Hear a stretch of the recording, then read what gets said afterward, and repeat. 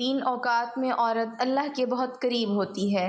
ایک دفعہ رسول اللہ صلی اللہ علیہ وسلم نے اللہ سے پوچھا کہ کوئی عورت کس وقت آپ کے سب سے زیادہ قریب ہوتی ہے، نزدیک ہوتی ہے؟ اللہ نے فرمایا، عورت اس وقت میرے بہت قریب ہوتی ہے جب وہ یہ تین وقت بسم اللہ الرحمن الرحیم شریعت اسلامیہ ایک صالحہ عورت کو دنیا آخرت کا بہترین سرمایہ کہتی ہے، کیونکہ جس شخص کو نیک عورت مل گئی اس کی دنیا بھی جنت اور آخرت بھی جنت ہوگی۔ اس کی عقلی دلیل یہ ہے کہ جب عورت نیک ہوگی تو وہ اپنے فرائض، زوجیت، اولاد کے حقوق اور ان تمام فرائض و حقوق سے واقف ہوگی جن کا اس سے تقاضا ہوگا، تو وہ عورت ان تمام حقوق و فرائض کو ادا کرے گی تو ایسا گھرانہ دنیا میں ہی جنت کی نظیر ہوگا۔ اسلام نے عورت کو تقدیس عطا کی ہے، اسے بلند مرتبت عطا کی ہے۔ پس عورت بیٹی ہے تو اپنے والدین کی آنکھوں کی ٹھنڈک، بہن ہے تو بھائیوں کی غیرت، بیوی ہے تو اپنے شوہر کی عزت و عصمت، ماں ہے تو جنت اس کے قدموں میں رکھ دی جاتی ہے۔ ماں باپ کی فرما بردار جب ماں باپ کی ماتحت ہوتی ہے تو ان کی فرما بردار اس حد تک کہ ان کے آگے اف تک نہیں کہتی، اور جو وہ حکم دیں انہیں برضا اور رغبت کرتی ہے۔ ایک صالح معاشرے کی تربیت یافتہ عورت میں یہ وصف خاص شامل ہوگا کہ وہ اپنی عزت کی محافظت کرنے والی ہوگی، وہ میرا جسم میری مرضی کے نعرے کی مذمت کرنے والی ہوگی، باپردہ اور حجاب کو پسند کرے گی۔ اس عورت میں یہ وصف بھی ہوگا کہ وہ اپنے شوہر کے حکم پر اطاعت گزار ہوگی، کبھی اپنے شوہر کے دکھ کا باعث نہ بنے گی۔ حضرت ابو طلحہ رضی اللہ تعالیٰ عنہ گھر سے سفر کے لیے روانہ ہونے لگے تو بیٹا گھر میں شدید علیل تھا، واپس آئے تو بیٹا وفات پا چکا تھا۔ تو ان کی اہلیہ نے سوچا کہ میرے خاوند تھکے ہوئے آئیں گے تو میں آتے ہی انہیں یہ خبر نہ دوں گی۔ حضرت ابو طلحہ رضی اللہ تعالیٰ عنہ آئے، اہلیہ نے کھانا پیش کیا، انہوں نے بیٹے کے متعلق پوچھا تو فرمایا، ہمارا بیٹا اب سکون میں ہے، حق کی زوجیت ادا کیے۔ رات گزر جانے کے بعد اپنے شوہر کو بتایا۔ رسول اللہ صلی اللہ علیہ وسلم کو اس عورت کا یہ عمل بہت پسند آیا۔ صالحہ عورت خود اپنی تعمیر و تذکیر کے ساتھ ساتھ اپنے بچوں کی بہترین مربیہ ہوتی ہے، انہیں آداب و اخلاق سکھاتی ہے، دینی تعلیم سے مالا مال کرتی ہے، جیسے سیدہ فاطمہ رضی اللہ تعالیٰ عنہا اور دیگر صحابیات کی مثال ہے کہ انہوں نے اپنے بچوں کی تربیت اس نہج پر کی کہ بچپن میں ہی بڑوں والا کردار ادا کرنے لگے۔ اس سلسلے میں حضرت عبد القادر جیلانی کی والدہ کی تربیت قابل تذکیر کہ کیسے انہوں نے اپنے بیٹے کو سچ بولنے کی تلقین کی اور اس بچے کے سچ بولنے سے کتنے لوگ ہدایت یافتہ ہوئے۔ حدیث رسول صلی اللہ علیہ وسلم کے مطابق جنت کی حقدار عورت جس میں چار اوصاف ہوں۔ آپ صلی اللہ علیہ وسلم نے فرمایا، جب کوئی عورت نماز پنجگانہ ادا کرے، رمضان کے روزے رکھے، اپنے شوہر کی فرما برداری کرے اور اپنی شرمگاہ کی حفاظت، ایسی عورت کے سامنے جنت کے 8 دروازے کھول دیے جائیں گے جس میں چاہے داخل ہو جائے۔ اللہ تعالیٰ اپنی کتاب قرآن پاک میں کچھ ایسی عورتوں کے تذکرے کرتے ہیں جن کا حیا اور ایمان مثالی ہے۔ سیدہ مریم علیہ السلام بنت عمران، جن کا اپنی عزت کی حفاظت کرنا اللہ کو اتنا پسند آیا کہ ان کی گواہی میں نوملود کو قوت گویائی عطا کی۔ سیدہ عائشہ رضی اللہ تعالیٰ عنہ جن پر تہمت لگی تو خود رب رحمان نے شہادت دی، ان ھذا بہتان عظیم۔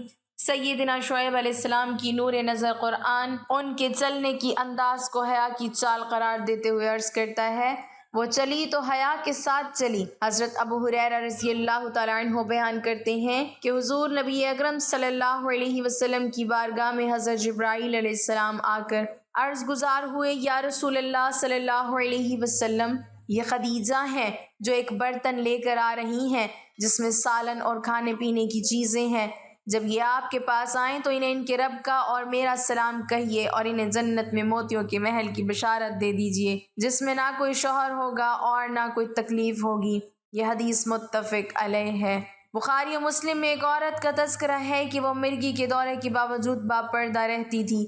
ایک دن رسول اللہ صلی اللہ علیہ وسلم سے کہنے لگی، آپ صلی اللہ علیہ وسلم اللہ سے دعا کریں کہ میں شفا یاب ہو جاؤں۔ آپ صلی اللہ علیہ وسلم نے فرمایا، یا تو اللہ سے جنت طلب کرو یا شفا یاب ہو جاؤ۔ عرض کرنے لگی، مجھے مرگی کا دورہ پڑتا ہے، جب دورہ پڑتا ہے تو میرا پردہ نہیں سلامت رہتا۔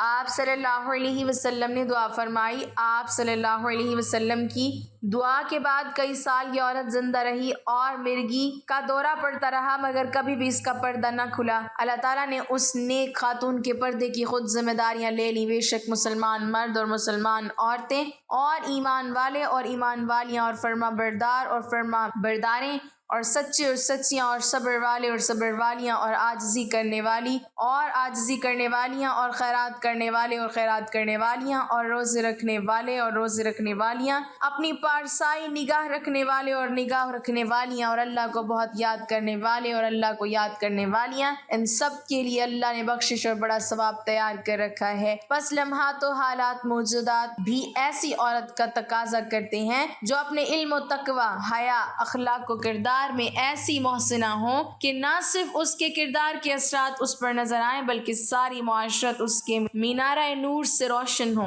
آغوش جس کی ممتا کی مورت، ہر لمحہ دینا امتحان، پھر بھی بیٹی، بہن، بیوی اور ماں ہوں، آنسو آنکھوں سے چھلکے تو درد کا احساس مختلف ہے۔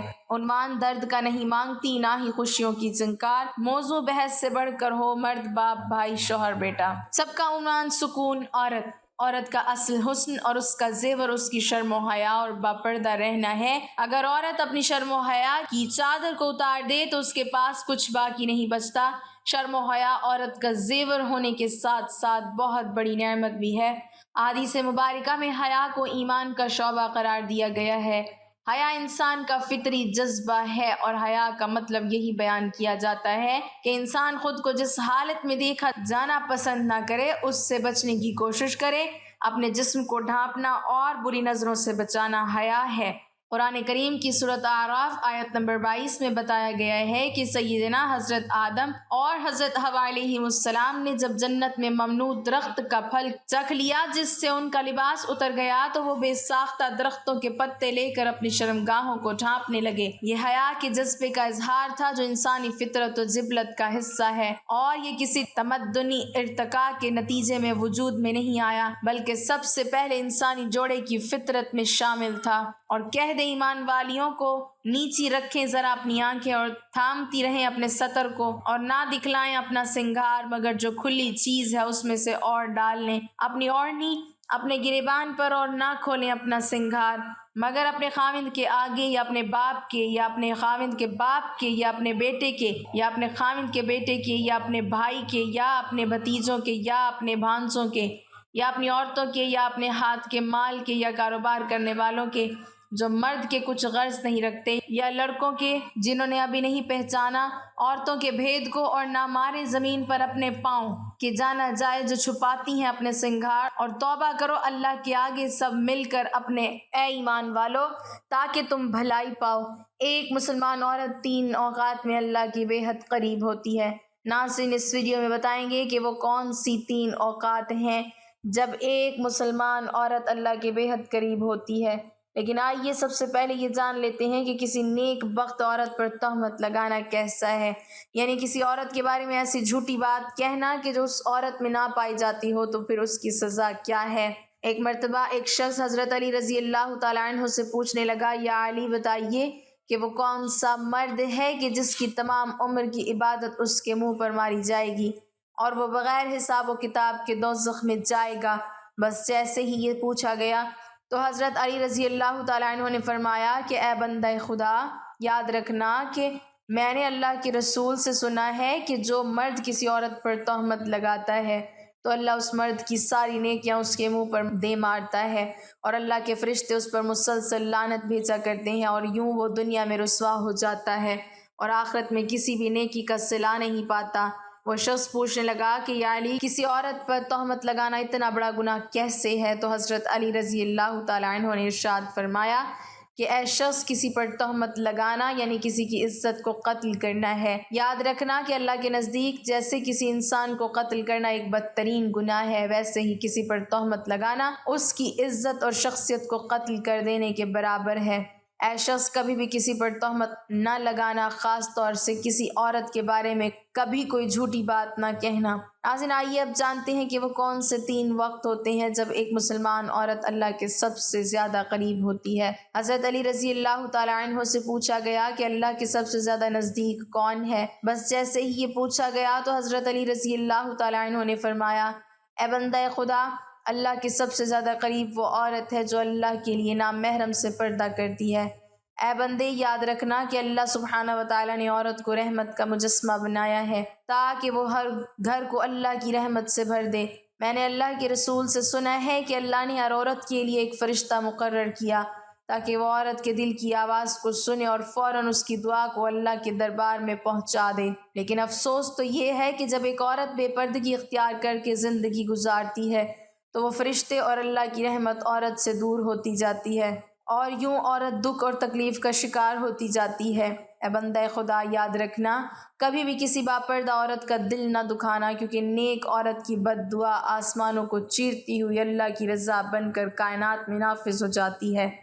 ناظرین، حضرت علی رضی اللہ تعالیٰ عنہ کے فرمان سے ثابت ہے کہ عورت جب باپردہ حالت میں ہوتی ہے تو وہ اللہ کے بے حد قریب ہوتی ہے۔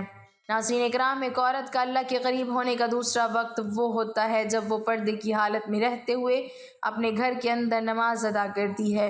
ایک مرتبہ ام حمید رضی اللہ تعالیٰ عنہ رسول اللہ صلی اللہ علیہ وسلم کے پاس آئیں، کہتی ہیں، یا رسول اللہ صلی اللہ علیہ وسلم، میرا جی چاہتا ہے کہ میں آپ کے ساتھ نماز پڑھوں۔ سوچیں، اس سے بڑی کوئی اور تمنا یا اس سے بڑی کوئی خواہش ہو سکتی ہے؟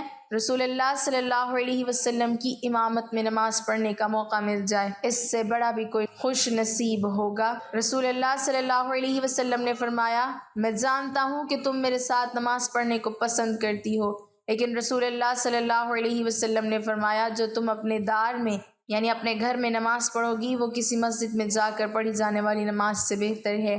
رسول اللہ صلی اللہ علیہ وسلم نے فرمایا، چھپ کے جو عورت نماز پڑھے گی وہ سب سے بہتر ہوگی۔ ام حمید رضی اللہ تعالی عنہ نے جب یہ بات سنی تو وہ واپس چلی گئی۔ انہوں نے اپنے گھر کے کونے میں نماز کی جگہ مختص کی جہاں اندھیرا تھا، جہاں کسی کی نظر بھی نہیں پہنچتی تھی۔ رسول اللہ صلی اللہ علیہ وسلم کی صحابیہ پھر وہاں ہی نماز پڑھا کرتی، یہاں تک کہ وہ اپنے رب کے پاس چلی گئیں۔ ناظرین، ثابت ہوا کہ جب ایک عورت اپنے گھر کے کمرے کے اندر حضور سجدہ ریز ہوتی ہے تو اس وقت وہ سب سے زیادہ اللہ کی قریب ہوتی ہے، پھر وہ جو کچھ بھی مانگے اللہ عطا فرماتا ہے۔ ناظرین، ایک مرتبہ حضرت موسیٰ علیہ السلام نے اللہ سبحانہ و تعالیٰ سے پوچھا کہ اے میرے خالق و مالک، مجھے یہ بتا کہ اس وقت میں یعنی اس موجودہ دور میں تجھے سب سے عزیز کون ہے؟ اللہ تبارک و تعالیٰ نے جواب دیا کہ اے موسیٰ، اگر دیکھنا چاہتے ہو کہ مجھے عزیز کون ہے تو جاؤ کنعان کے ایک گاؤں میں، وہاں ایک عورت رہتی ہے، اس کا نام دیال ہے، وہ اس وقت مجھے سب سے زیادہ عزیز ہے۔ حضرت موسیٰ علیہ السلام کے دل میں یہ بات پیدا ہوئی کہ میں بھی اس اللہ کی عزیز بندی کی زیارت کروں، دیکھوں تو آخر وہ ہے کون اور ایسے کون سے عمل کرتی ہے کہ جس کی وجہ سے اللہ کو عزیز ہے۔ حضرت موسیٰ علیہ السلام چلتے رہے، بڑھتے رہے، اس گاؤں پہنچے تو کیا دیکھتے ہیں کہ ایک ٹوٹا ہوا گھر ہے اور اس ٹوٹے ہوئے گھر میں ایک عورت رہتی ہے جس کے نہ ہاتھ ہیں، نہ پاؤں ہیں، نہ ہی آنکھیں ہیں، نہ ہی کان، صرف ایک زبان ہے جو اللہ سبحانہ و تعالیٰ کا شکر ادا کر رہی ہے۔ حضرت موسیٰ علیہ السلام نے دیکھا اور دل ہی دل میں کہا، اے میرے پاک پروردگار، تو نے اس عورت کو کسی نعمت سے نہیں نوازا، پھر بھی یہ تیرا شکر ادا کر رہی ہے۔ بس حضرت موسیٰ علیہ السلام یہ سوچ رہے تھے کہ وہ عورت کہنے لگی، اے موسیٰ، تو اللہ کا نبی ہوگا، اللہ کے لیے یہ نہ کہو کہ اللہ نے مجھے کچھ نہیں دیا، اللہ نے مجھے جو کچھ دیا ہے میں تو اسی کا شکر ادا نہیں کر سکتی۔ تو حضرت موسیٰ علیہ السلام نے پوچھا کہ وہ کیسے؟ تو عورت کہنے لگی کہ اے موسیٰ، اگر اللہ مجھے قدم دیتا اور میں ان قدموں سے چل کر باہر جاتی تو یقیناً گناہ کرتی، لیکن اللہ مجھے عزیز رکھتا ہے، اس لیے ایسے تمام گناہوں سے بچا لیا۔ اگر مجھے ہاتھ دیتا تو شاید کہ میں اللہ کی مخلوق پر ظلم کرتی، تو اللہ نے مجھے ان گناہوں سے بھی بچا لیا۔ اگر آنکھیں دیتا تو شاید کہ میں نامحرموں کو دیکھتی، تو اللہ نے مجھے ان گناہوں سے بھی بچا لیا۔ اگر اللہ مجھے کان دیتا تو شاید میں گانا بجانا سنتی، غیبت سنتی، اس لیے اللہ سبحانہ و تعالیٰ نے مجھے ان گناہوں سے بھی بچا لیا۔ صرف مجھے ایک زبان دی ہے تاکہ میں اس زبان سے اس کا شکر ادا کر سکوں، اور اللہ سبحانہ و تعالیٰ نے میری روح کی آنکھوں کو اتنا منور کر دیا ہے کہ میں نے کبھی تمہیں دیکھا ہی نہیں، پھر بھی میں تجھے پہچانتی ہوں، تو بتاؤ کہ میں اس کریم اور رحیم اللہ کا شکر کیوں نہ ادا کروں؟ تو ناظرین، یہ سب سن کر حضرت موسیٰ علیہ السلام رونے لگے اور کہنے لگے کہ تمہارا ایمان تمہیں اللہ کے قریب کرتا ہے۔ تو ثابت ہوا کہ اگر اللہ کسی عورت پر کوئی آزمائش ڈالتا ہے تو اسے چاہیے کہ اس آزمائش پر راضی ہو جائے اور ہمیشہ اللہ کا شکر بجا لائے، کیونکہ ایسی عورت جو آزمائشوں کے باوجود اللہ کی شکر گزار ہوگی، پھر یہی وہ وقت ہے جب وہ اللہ کے بے حد قریب ہو جاتی ہے۔ حدیث مبارکہ میں عورتوں کے بیان کردہ اوصاف کی 3 قسمیں ہیں۔ اس میں سے پہلی قسم کی عورت جن اوصاف کی حامل ہوگی وہ یہ ہیں، وہ عورت نرم خو ہوگی، نرم مزاج ہوگی، بردبار ہوگی، عفیفہ ہوگی یعنی پاک دامن ہو۔ وہ عورت مسلمان ہو، اپنے شوہر سے بہت محبت کرنے والی ہو۔ وہ عورت زمانہ کے حوادثات کے مقابلے میں اپنے شوہر کی مددگار ہو، مگر شوہر کے مقابلے میں حوادث زمانے کی مددگار نہ ہو۔ عفیفہ اور پاک دامن ہونا یہ عورت کا وصف ہے اور سب سے اونچا وصف ہے، جس کا قرآن کریم نے بھی ذکر فرمایا ہے۔ نیک عورتیں فرما بردار ہوتی ہیں، مرد کی غیر موجودگی میں اللہ کی دی ہوئی حفاظت سے اس کے حقوق کی حفاظت کرتی ہیں۔ دوسرا وصف قرآن کریم نے ذکر فرمایا کہ وہ شوہر کی غیر حاضری میں خیانت نہیں کرتی، بلکہ اپنی عزت و آبرو کی اور شوہر کے مال و اولاد کی حفاظت کرتی ہے، اس لیے اللہ تعالیٰ نے ان پر حفاظت کا پردہ ڈال رکھا ہے۔ نبی اکرم صلی اللہ علیہ وسلم کا ارشاد گرامی ہے، عورت کو اللہ نے نگہبان فرمایا ہے اپنے شوہر کے گھر کا اور اس کی اولاد کا۔ اللہ تعالیٰ کی فرما برداری اور احکام الہی کو بجا لانے والی ہو۔ مسلم کے معنی ہے گردن ڈال دینا۔ جو شخص حکم الہی کے سامنے گردن جھکا دے، ان کو بجا لائے، اس کے احکام سے سرکشی اور انکار نہ کرے، نہ زبان سے انکار کرے نہ دل سے انکار کرے، تو یہ شخص فرما بردار ہے۔ اس کو مسلم کہتے ہیں۔ اور جو شخص حکم الہی سن لیتا ہے لیکن ماننے کا جذبہ اس میں پیدا نہیں ہوتا اور اس کی خواہش نفس اس کو دوسری پٹی پڑھاتی ہے، تو اس کی مسلمانی میں نقص ہے۔ میں تو نہیں کہوں گی کہ وہ مسلمان نہیں ہے، مسلمان ہے، کلمہ طیبہ پڑھتا ہے، لیکن اس کی مسلمانی میں نقص پایا جاتا ہے، کیونکہ مسلم تو وہ ہوتا ہے جو اللہ کے سامنے گردن رکھ دے، گردن جھکا دے، اپنی ظاہری گردن بھی جھکا دے، جیسا کہ ہم سجدے میں جھکا دیتے ہیں، اور دل کی گردن بھی جھک جائے۔ اپنے چہرے اور وجود والی گردن تو تم نے اللہ کے سامنے جھکا دی، لیکن دل کی گردن نہیں جھکی۔ یہ گردن بھی تو اللہ کے سامنے جھکنی چاہیے، اس کی ہر منشا اور ہر حکم کے سامنے ہماری گردن جھکی ہوئی ہونی چاہیے۔ تیسری صفت فرمائی کہ لین، نرم مزاج ہو۔ کہتے ہیں کہ بدخوئی، سخت زبانی، یوں تو ہر شخص کے بارے میں عیب ہے، لیکن عورت میں ہو تو زیادہ عیب ہے۔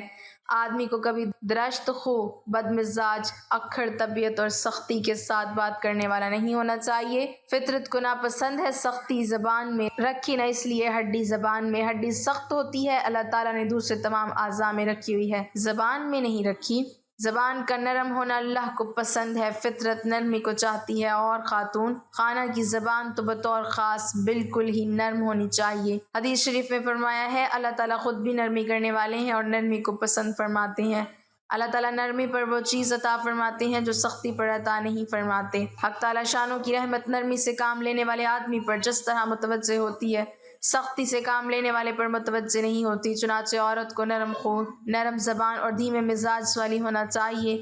مرد و عورت کی زبان کب نرم و سخت ہوتی ہے؟ ایک بزرگ فرماتے ہیں کہ مرد اور عورت میں یہ فرق ہے کہ شروع میں مرد کی زبان سخت ہوتی ہے اور عورت کی زبان نرم ہوتی ہے۔ جو عمر بڑھتی جاتی ہے مرد کی زبان نرم ہوتی جاتی ہے اور عورت کی زبان سخت ہوتی جاتی ہے۔ یہ عجیب تجربہ بتایا ہے کہ عمر کا بڑھنا آدمی کے مزاج کے ساتھ اس کی زبان کو بھی نرم کر دیتا ہے، اور عورت کی عمر کا بڑھنا اس کے مزاج اور زبان کو بھی سخت کر دیتا ہے۔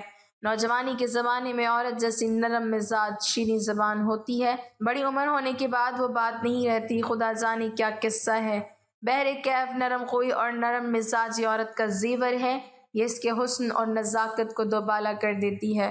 عورت کی چوتھی صفت ہے ودودہ، محبت کرنے والی، اور یہ محبت کرنا انسان کی فطرت ہے۔ بعض داناؤں کا کہنا ہے، اور یہ کہنا صحیح ہے، کہ دنیا میں محبت کا راج ہے، دنیا میں محبت کا سکہ چلتا ہے۔ میرے خیال میں اگر دنیا سے محبت کا عنصر نکال دیا جائے تو اس عالم میں جس کو ہم دنیا کہتے ہیں اور اس جگہ کو جس کو ہم جہنم کہتے ہیں کچھ فرق نہیں رہے گا۔ صرف ایک محبت کی شیرینی نے اس پورے عالم کو حسین بنا رکھا ہے۔ اللہ تبارک و تعالیٰ سے دعا ہے کہ نیکی کی بات کو سننے، سمجھنے اور اس پر عمل کرنے کی طاقت و توفیق عطا فرمائے، آمین یا رب العالمین۔ ناظرین، کمنٹ باکس میں اللہ تعالیٰ کے 99 ناموں میں سے ایک نام ضرور ٹائپ کریں۔